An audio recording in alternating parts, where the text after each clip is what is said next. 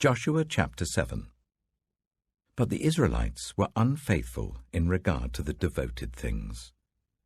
Achan, son of Carmi, the son of Zimri, the son of Zerah, of the tribe of Judah, took some of them. So the Lord's anger burned against Israel. Now Joshua sent men from Jericho to Ai, which is near Beth-aven, to the east of Bethel, and told them, "Go up and spy out the region." So the men went up and spied out Ai. When they returned to Joshua, they said, "Not all the army will have to go up against Ai. Send 2,000 or 3,000 men to take it, and do not weary the whole army, for only a few people live there." So about 3,000 went up. But they were routed by the men of Ai, who killed about 36 of them. They chased the Israelites from the city gate as far as the stone quarries, and struck them down on the slopes. At this, the hearts of the people melted in fear and became like water. Then Joshua tore his clothes and fell face down to the ground before the ark of the Lord, remaining there till evening. The elders of Israel did the same and sprinkled dust on their heads. And Joshua said, "Alas, sovereign Lord, why did you ever bring this people across the Jordan to deliver us into the hands of the Amorites to destroy us? If only we had been content to stay on the other side of the Jordan. Pardon your servant, Lord. What can I say now that Israel has been routed by its enemies? The Canaanites and the other people of the country will hear about this, and they will surround us and wipe out our name from the earth. What then will you do for your own great name?" The Lord said to Joshua, "Stand up. What are you doing down on your face? Israel has sinned. They have violated my covenant which I commanded them to keep. They have taken some of the devoted things. They have stolen, they have lied, they have put them with their own possessions.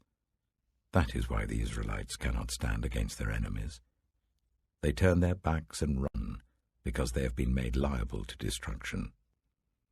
I will not be with you any more, unless you destroy whatever among you is devoted to destruction. Go, consecrate the people. Tell them, consecrate yourselves in preparation for tomorrow, for this is what the Lord, the God of Israel, says. There are devoted things among you, Israel. You cannot stand against your enemies until you remove them.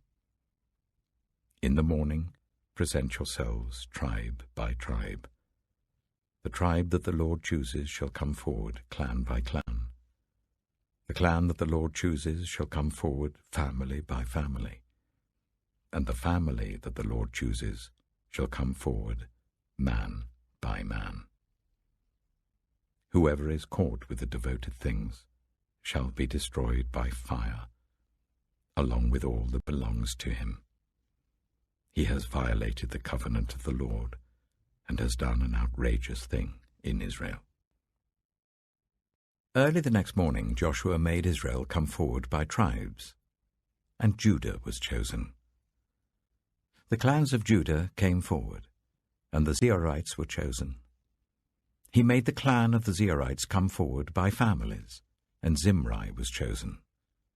Joshua made his family come forward man by man, and Achan, son of Carmi, the son of Zimri, the son of Zerah, of the tribe of Judah, was chosen.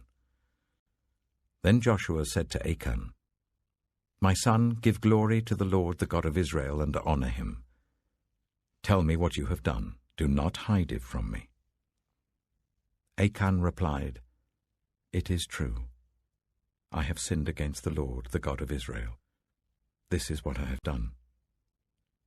When I saw in the plunder a beautiful robe from Babylonia, 200 shekels of silver and a bar of gold weighing 50 shekels, I coveted them and took them. They are hidden in the ground inside my tent with the silver underneath." So Joshua sent messengers, and they ran to the tent, and there it was, hidden in his tent with the silver underneath. They took the things from the tent, brought them to Joshua and all the Israelites, and spread them out before the Lord.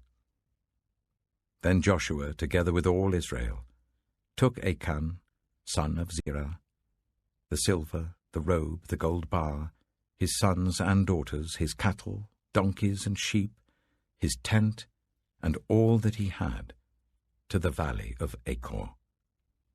Joshua said, "Why have you brought this trouble on us? The Lord will bring trouble on you today."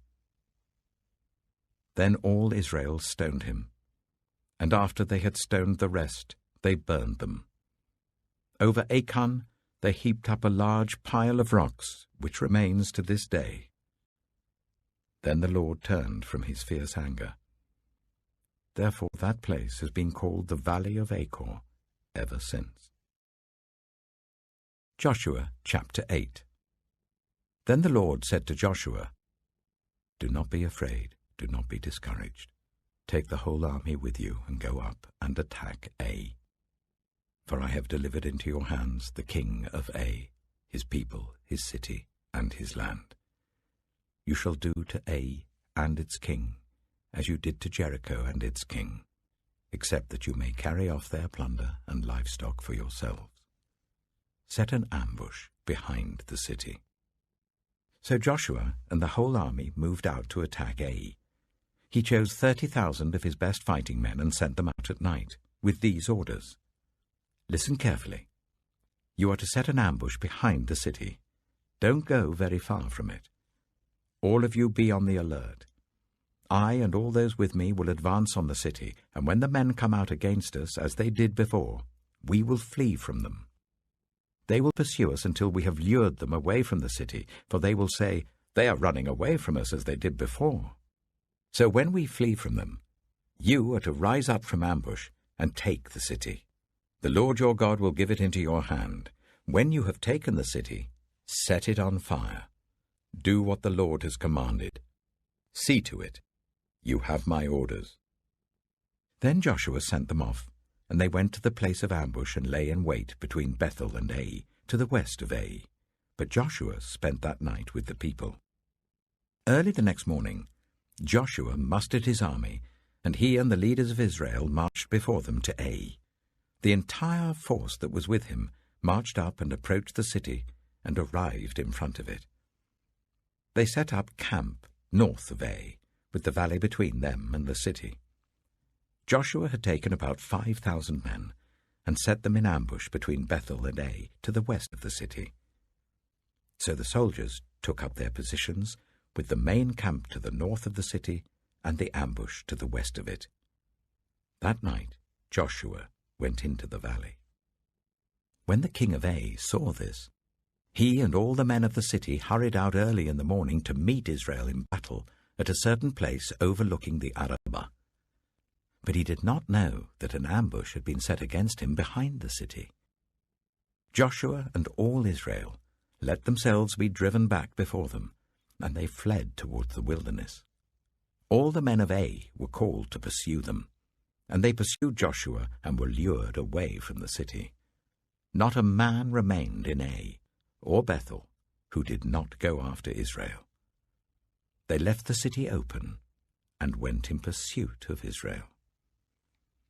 Then the Lord said to Joshua, "Hold out towards Ai the javelin that is in your hand, for into your hand I will deliver the city." So Joshua held out towards the city the javelin that was in his hand. As soon as he did this, the men in the ambush rose quickly from their position and rushed forward. They entered the city and captured it and quickly set it on fire. The men of Ai looked back and saw the smoke of the city rising up into the sky, but they had no chance to escape in any direction. The Israelites who had been fleeing towards the wilderness had turned back against their pursuers. For when Joshua and all Israel saw that the ambush had taken the city, and that smoke was going up from the city, they turned round and attacked the men of Ai. Those in the ambush also came out of the city against them, so that they were caught in the middle with Israelites on both sides. Israel cut them down, leaving them neither survivors nor fugitives. But they took the king of Ai alive and brought him to Joshua. When Israel had finished killing all the men of Ai in the fields and in the wilderness where they had chased them, and when every one of them had been put to the sword, all the Israelites returned to Ai and killed those who were in it. 12,000 men and women fell that day, all the people of Ai. For Joshua did not draw back the hand that held out his javelin until he had destroyed all who lived in Ai. But Israel did carry off for themselves the livestock and plunder of this city, as the Lord had instructed Joshua. So Joshua burned Ai and made it a permanent heap of ruins, a desolate place to this day. He impaled the body of the king of Ai on a pole and left it there until evening. At sunset, Joshua ordered them to take the body from the pole and throw it down at the entrance of the city gate. And they raised a large pile of rocks over it, which remains to this day. Then Joshua built on Mount Ebal an altar to the Lord, the God of Israel, as Moses the servant of the Lord had commanded the Israelites. He built it according to what is written in the book of the law of Moses, an altar of uncut stones, on which no iron tool had been used. On it they offered to the Lord burnt offerings and sacrificed fellowship offerings. There, in the presence of the Israelites, Joshua wrote on stones a copy of the law of Moses. All the Israelites, with their elders, officials, and judges, were standing on both sides of the Ark of the Covenant of the Lord, facing the Levitical priests who carried it. Both the foreigners living among them and the native-born were there. Half of the people stood in front of Mount Gerizim, and half of them in front of Mount Ebal, as Moses the servant of the Lord had formerly commanded, when he gave instructions to bless the people of Israel. Afterwards Joshua read all the words of the law, the blessings and the curses, just as it is written in the book of the law. There was not a word of all that Moses had commanded that Joshua did not read to the whole assembly of Israel, including the women and children and the foreigners who lived among them. Luke chapter 11. One day Jesus was praying in a certain place. When he finished, one of his disciples said to him, "Lord, teach us to pray, just as John taught his disciples." He said to them, "When you pray, say, 'Father, hallowed be your name. Your kingdom come. Give us each day our daily bread. Forgive us our sins, for we also forgive everyone who sins against us. And lead us not into temptation.'" Then Jesus said to them, "Suppose you have a friend, and you go to him at midnight and say, 'Friend, lend me 3 loaves of bread. A friend of mine on a journey has come to me, and I have no food to offer him.' And suppose the one inside answers, 'Don't bother me. The door is already locked, and my children and I are in bed. I can't get up and give you anything.' I tell you, even though he will not get up and give you the bread because of friendship, yet because of your shameless audacity, he will surely get up and give you as much as you need. So I say to you, ask and it will be given to you. Seek and you will find. Knock and the door will be opened to you. For everyone who asks receives, the one who seeks finds, and to the one who knocks the door will be opened. Which of you, fathers, if your son asks for a fish, will give him a snake instead? Or if he asks for an egg, will give him a scorpion? If you then, though you are evil, know how to give good gifts to your children, how much more will your Father in heaven give the Holy Spirit to those who ask him?" Jesus was driving out a demon that was mute. When the demon left, the man who had been mute spoke, and the crowd was amazed. But some of them said, "By Beelzebul, the prince of demons, he is driving out demons." Others tested him by asking for a sign from heaven.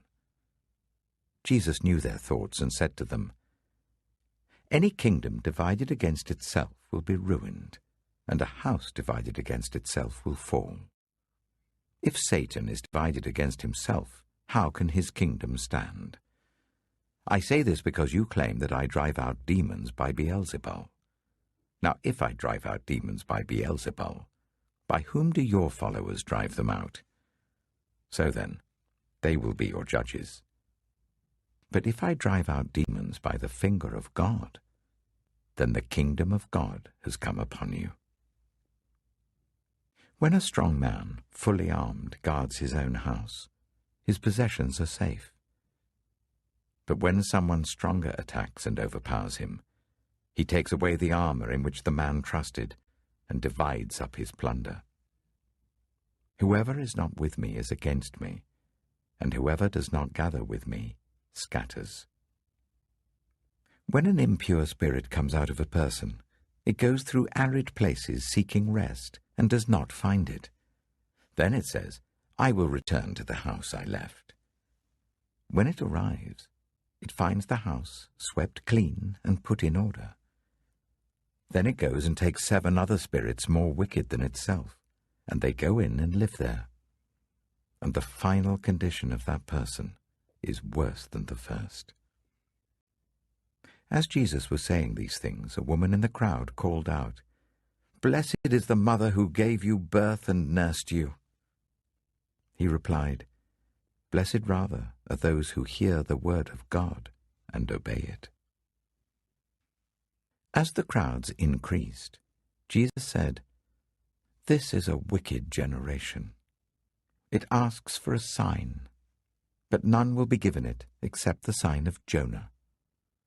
For as Jonah was a sign to the Ninevites, so also will the Son of Man be to this generation. The Queen of the South will rise at the judgment with the people of this generation and condemn them. For she came from the ends of the earth to listen to Solomon's wisdom, and now something greater than Solomon is here. The men of Nineveh will stand up at the judgment with this generation and condemn it, for they repented at the preaching of Jonah, and now something greater than Jonah is here. No one lights a lamp and puts it in a place where it will be hidden, or under a bowl. Instead, they put it on its stand, so that those who come in may see the light. Your eye is the lamp of your body. When your eyes are healthy, your whole body also is full of light. But when they are unhealthy, your body also is full of darkness. See to it then that the light within you is not darkness.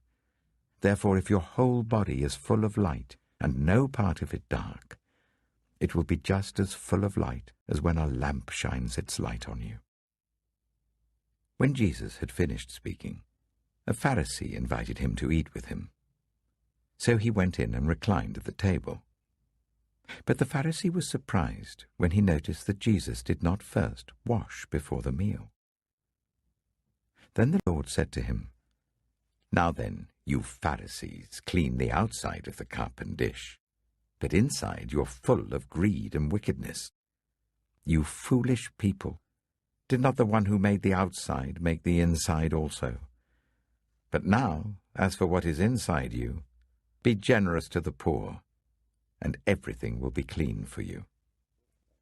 Woe to you, Pharisees, because you give God 1/10 of your mint, rue, and all other kinds of garden herbs, but you neglect justice and the love of God. You should have practiced the latter without leaving the former undone.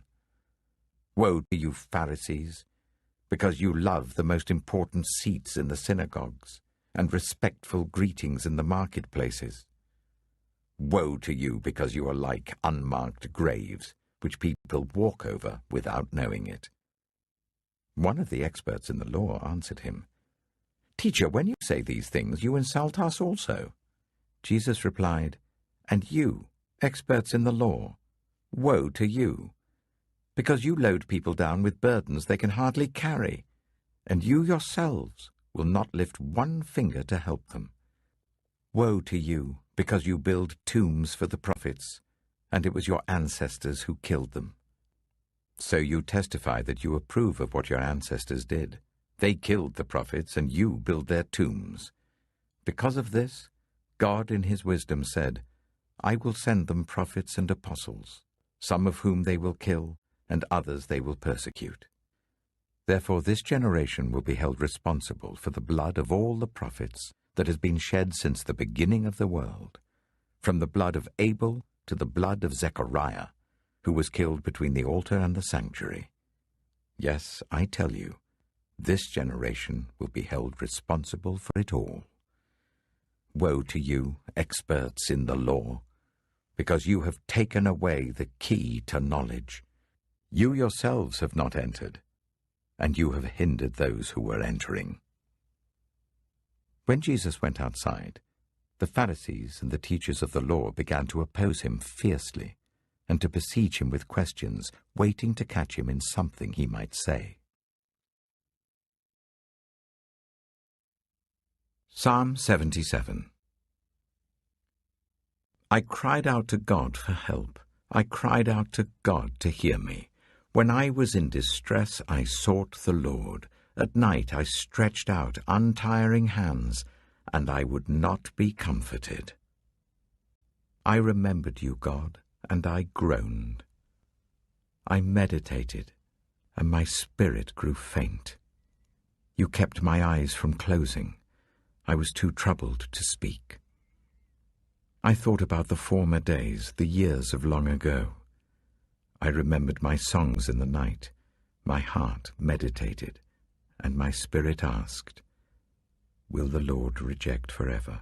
Will he never show his favor again? Has his unfailing love vanished forever? Has his promise failed for all time? Has God forgotten to be merciful? Has he in anger withheld his compassion? Then I thought, to this I will appeal. The years when the Most High stretched out his right hand. I will remember the deeds of the Lord. Yes, I will remember your miracles of long ago.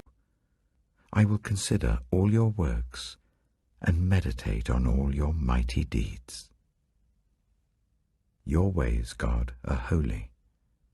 What God is as great as our God? You are the God who performs miracles. You display your power among the peoples. With your mighty arm you redeemed your people, the descendants of Jacob and Joseph. The waters saw you, God. The waters saw you and writhed. The very depths were convulsed. The clouds poured down water. The heavens resounded with thunder. Your arrows flashed back and forth. Your thunder was heard in the whirlwind. Your lightning lit up the world. The earth trembled and quaked. Your path led through the sea, your way through the mighty waters, though your footprints were not seen. You led your people like a flock by the hand of Moses and Aaron. Proverbs Chapter 15. A gentle answer turns away wrath, but a harsh word stirs up anger. The tongue of the wise adorns knowledge, but the mouth of the fool gushes folly. The eyes of the Lord are everywhere, keeping watch on the wicked and the good. The soothing tongue is a tree of life, but a perverse tongue crushes the spirit. A fool spurns a parent's discipline, but whoever heeds correction shows prudence. The house of the righteous contains great treasure, but the income of the wicked brings ruin. The lips of the wise spread knowledge, but the hearts of fools are not upright. The Lord detests the sacrifice of the wicked, but the prayer of the upright pleases him. The Lord detests the way of the wicked, but he loves those who pursue righteousness. Stern discipline awaits anyone who leaves the path. The one who hates correction will die. Death and destruction lie open before the Lord. How much more do human hearts? Mockers resent correction, so they avoid the wise.